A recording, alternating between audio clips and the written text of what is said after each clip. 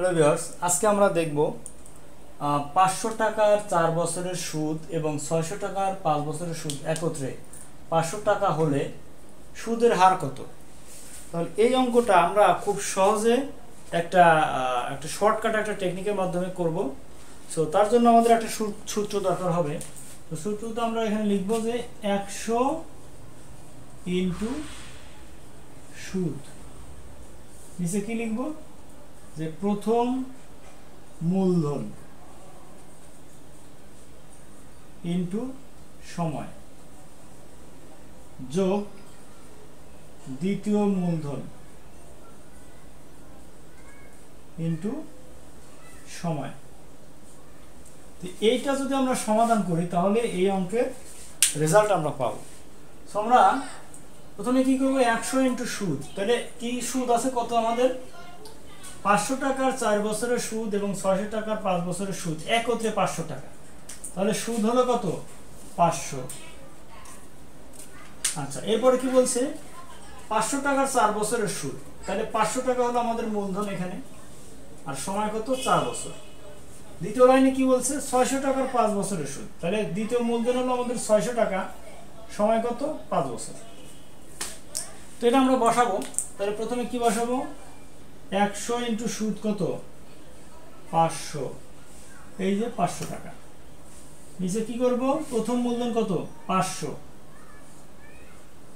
Into সময় 4 বছর যোগ দ্বিতীয় মূলধন 600 ইনটু সময় কত, 5 বছর।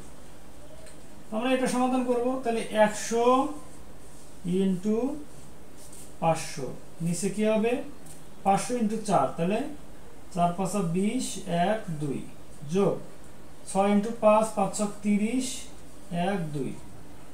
তাহলে কত হলো আমাদের, 100 ইনটু 500, নিচে হবে 2000 আর 3000 যোগ করলে কত, 5000। তো আমরা এটাকে কাটাকাটি করব। এখানে দুইটা শূন্য, এখানে দুইটা শূন্য, এখানে একটা শূন্য, এখানে একটা শূন্য, 5 5। তাহলে থাকলে কত, শুধুমাত্র 10। সো 10%ই হলো আমাদের উত্তর। তো আমরা কিন্তু খুব সহজে এই সমাধানটা বের করে ফেললাম। তখন সেম ভাবে আমরা কি করব, আরেকটা অঙ্ক করব, তাহলে আমরা বুঝতে পারবো যে আসলে আমরা কিভাবে করছি। সো দ্বিতীয় প্রশ্ন যদি আমরা দেখি, এখানে কি বলা হয়েছে যে অলি 3 বছরের জন্য 400 এবং 5 বছরের জন্য 600 টাকা কর্জ করে মোট 168 টাকা সুদ দিল। উভয় ক্ষেত্রে সুদের হার সমান হলে সুদের হার কত। তাহলে আমরা কিন্তু আগের মতোই এখানে ওই সূত্রটা ফলো করব। প্রথমে কি, 100 ইনটু সুদ, নিচে কি, প্রথম মূলধন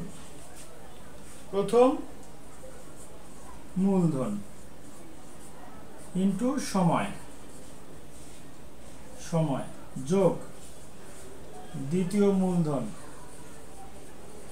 ইনটু সময়। তো আমরা এখানে কি বসাবো, 100 ইনটু সুদ কত, মোট 168 টাকা সুদ। নিচে কি দিব, প্রথম মূলধন আমাদের 400 টাকা, সময় কত ছিল, 3 বছর, যোগ দ্বিতীয় মূলধন কত, 600 টাকা, সময় ছিল 5 বছর। তাহলে আমাদের কত হবে এখানে, 100 ইনটু 168, নিচে হলো 3 4 1200 যোগ হলো 5 6 30, আরো দুইটা শূন্য আছে, শূন্য দুটো বসাই দিব। তাহলে কত হবে, 4200। তাহলে 100 ইনটু 168, নিচে হলো 4200। তো এটা আমরা কাটাকাটি করব কিভাবে, এই দুইটা শূন্য কেটে যাবে। এরপরে আমরা এটাকে 14 দিয়ে কাটবো, 3 14 42, 3 1 3, 3 5 15, হাতে থাকে কত, 1 1 আর 8 18, 3 6 18 56। আচ্ছা, আমরা এখানে 14 দিয়ে যেহেতু কাটছি, 3 দিয়ে কাটছি, তাহলে এখানে 14 হবে। আচ্ছা, এরপরে কি করব আমরা, 14 দুগুণে 28, 28 দুগুণে 56, 14 1 14, 4 14 56। তাহলে এই 4ই হবে হলো আমাদের রেজাল্ট। তাহলে সুদের হার কত, উভয় ক্ষেত্রে সুদের হার 4%। সো এটাই আমাদের অঙ্কের রেজাল্ট।